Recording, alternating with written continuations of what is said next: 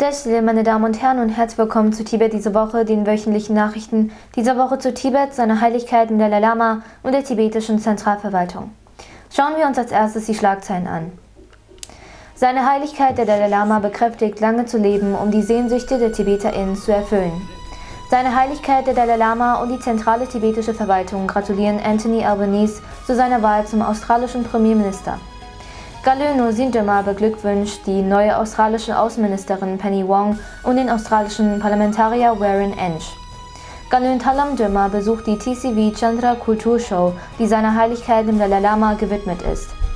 Australia Tibet Council veröffentlicht neuen Bericht über systematische Angriffe auf die religiöse Identität der TibeterInnen. Rigsin Chödön Genkang übernimmt das Amt des neuen Vertreters des Tibet-Büros Brüssel. Die tibetische Gemeinschaft in Genf feiert die Unterzeichnung des 17-Punkte-Abkommens nach 71 Jahren Zwang.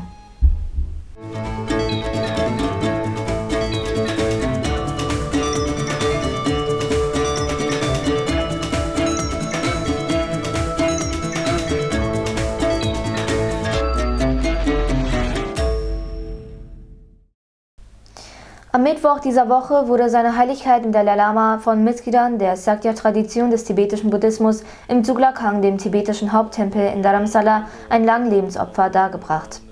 Hierarchen beider Paläste des Djema Podang und des Phuntsho Podang unter der Leitung von Sakya Dagdri Rinpoche leiteten die Zeremonien. Seine Heiligkeit dankte den Hierarchen beider Paläste für die Gabe des langen Lebens und sagte, dass er dafür beten würde, mehr als 100 Jahre alt zu werden, um die Wünsche und Sehnsüchte des tibetischen Volkes zu erfüllen, und bat seine Anhänger, dasselbe Gebet zu sprechen.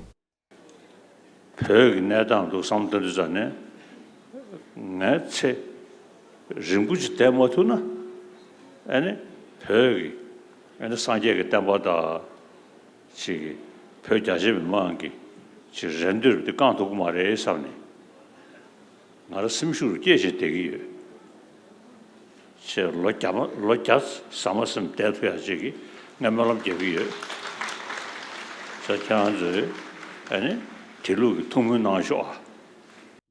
Unter der Leitung von Sakya Dagdri Rinpoche haben die Mitglieder des Djema und Phuntsho Podangs diese Darbringung für ein langes Leben auf der Grundlage des Wunscherfüllungsrades der Weißen Dara durchgeführt.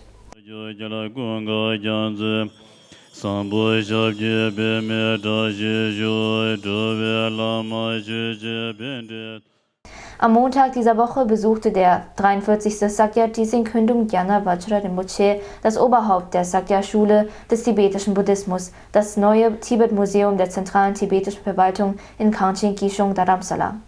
Der 43. Sakya Tizin Rinpoche wurde bei seinem Besuch von dem 42. Sakya Tizin Ratna Vajra Rinpoche, Khöndung Avikrita Vajra Sakya Rinpoche, Abhaya Vajra Sakya und dem Khöndung Asanga Vajra Sakya Rinpoche begleitet. Seine Heiligkeit der Dalai Lama gratulierte Premierminister Anthony Albanese zum Sieg seiner Partei bei den australischen Parlamentswahlen am Sonntag letzter Woche. In seinem Brief an Premierminister Anthony Albanese erklärte seine Heiligkeit, dass es für uns Tibeter eine Ehre sei, die Unterstützung des australischen Volkes und seiner jeweiligen Führer bei unseren Bemühungen um die Bewahrung unseres buddhistischen Kulturerbes zu genießen, und wünschte dem gewählten Premierminister viel Erfolg bei der Bewältigung der vor ihm liegenden Herausforderungen, um die Hoffnungen und Bestrebungen des australischen Volkes zu erfüllen und zu einer harmonischeren Welt beizutragen.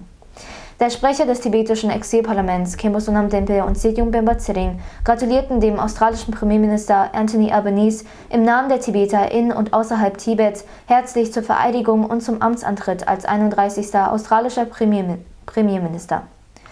Der Sprecher gratulierte auch den australischen Parlamentariern Susan Templeman und Warren Entsch, den Co-Vorsitzenden der australischen parteiübergreifenden parlamentarischen Gruppe für Tibet, und zur Wiederwahl als Mitglieder des australischen Parlaments. Galö Nosindema von der Abteilung für Information und internationale Beziehungen gratulierte Senatorin Penny Wong, die nach dem Sieg des Vorsitzenden der australischen Labour Party Anthony Albanese als neue Außenministerin Australiens vereidigt wurde, zum neuen Premierminister. In ihrem Glückwunschschreiben an die neu vereidigte Außenministerin bedankte sich Galö Nosindema für die aktive Lobbyarbeit der parteiübergreifenden Parlamentarischen Gruppe für Tibet, die eine enorme Hilfe bei der Verstärkung der weltweiten Tibet-Bewegung gewesen sei. Galö Nosindema gratulierte auch dem australischen Parlamentarier Warren Entsch zu seiner Wiederwahl ins australische Parlament bei den kürzlich abgeschlossenen australischen Parlamentswahlen. Warren Entsch ist der Co-Vorsitzende der australischen parteiübergreifenden Parlamentarischen Gruppe für Tibet. Galil Chandratalamdimma von der Bildungsabteilung des CTA nahm am Montag dieser Woche als Hauptgast an der kulturellen Veranstaltung des TCVs Chandra teil, die als Ausdruck der Dankbarkeit gegenüber seiner Heiligkeit im Dalai Lama stattfand. Im Anschluss an den Schulbesuch leitete der Bildungsgalil die Hauptveranstaltung, an der die Präsidentin der Deutschen Tibet-Hilfe, Heide Meyer, und ihre Kollegen als Ehrengäste teilnahmen. In ihrer Ansprache betonte sie, wie wichtig es ist, Plattformen für Schüler zu schaffen, damit sie ihre eigenen Talente im Tanzen und Singen entdecken können. Sie erinnerte an die Gnade seiner Heiligkeit des Dalai Lama, auf der Veranstaltung traditionelle und moderne Bildung zu vermitteln, und forderte die Schüler auf, sich durch enthusiastisches und ausdauerndes Lernen moralisch und engagiert in den Dienst des Allgemeinwohls zu stellen, während sie von Nachlässigkeit abhielt. Am 27. Jahrestag des gewaltsamen Verschwindens des 11. Bhimsen Lama Gedunche Gyaltsen stellte der Australia Tibet Council seinen neuen Bericht über den systematischen Angriff auf die religiöse Identität Tibets mit dem Titel Overcoming Obstacles Protecting Tibetan Religious Identity am Dienstag letzte Woche im NSW State Parliament in Sydney vor. Sigyong Bemba Tsering sandte zu diesem Anlass eine Videobotschaft, in der er dem Australia Tibet Council dankte. Sigyong Bemba Tsering dankte in einer Videobotschaft dem Australia Tibet Council, den Mitgliedern des Parlaments des Bundesstaates NSW und der tibetischen Gemeinschaft dafür, dass sie das Bewusstsein für den 11. Bhimsen Lama geschärft haben, der 1995 im Alter von nur 6 Jahren von den chinesischen Behörden entführt wurde. Der ehrenwerte Jamie Parker, Mitglied der NSW Legislative Assembly, hat gemeinsam mit dem Abgeordneten Karma Singhi und der tibetischen Gemeinschaft von NSW diesen wichtigen Bericht veröffentlicht, der die Bemühungen der chinesischen Kommunistischen Partei um die Zerstörung und Sinisierung des tibetischen Buddhismus beschreibt. Rigzin Chödön Gyaltsen, der zum neuen Repräsentanten des Office of Tibet Brüssel ernannt wurde, übernahm am Donnerstag letzter Woche formell das Amt vom Repräsentanten des Office of Tibet Brüssel Henta Chipinso. Eine kurze Übergabezeremonie fand im Tibet-Büro in Brüssel statt und Herr Chimi Rigzin, Vertreter des Büros von Tibet in Genf, nahm als offizielle Zeuge an der Zeremonie teil. Anlässlich des 71. Jahrestages der erzwungenen Unterzeichnung des sogenannten 17-Punkte-Abkommens über Tibet organisierte die tibetische Gemeinschaft in Genf am Montag dieser Woche einen Protest vor dem Gebäude des UN-Menschenrechtsrates. Mitglieder der Gemeinschaft versammelten sich vor dem Gebäude des UN-Menschenrechtsrates mit Transparenten, auf denen sie China aufforderten, die Verfolgung der Tibeter zu beenden, und zeigten Plakate, um gegen die anhaltende illegale Besetzung Tibets zu protestieren.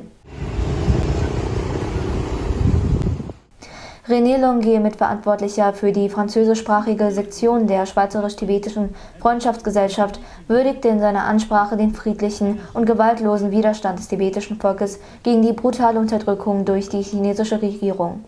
Im Namen des Tibet-Büros Genf sprach Gyaltsen Tsumo zu den Versammelten. Ich danke Ihnen für die Aufmerksamkeit, auf Wiedersehen und bis nächste Woche.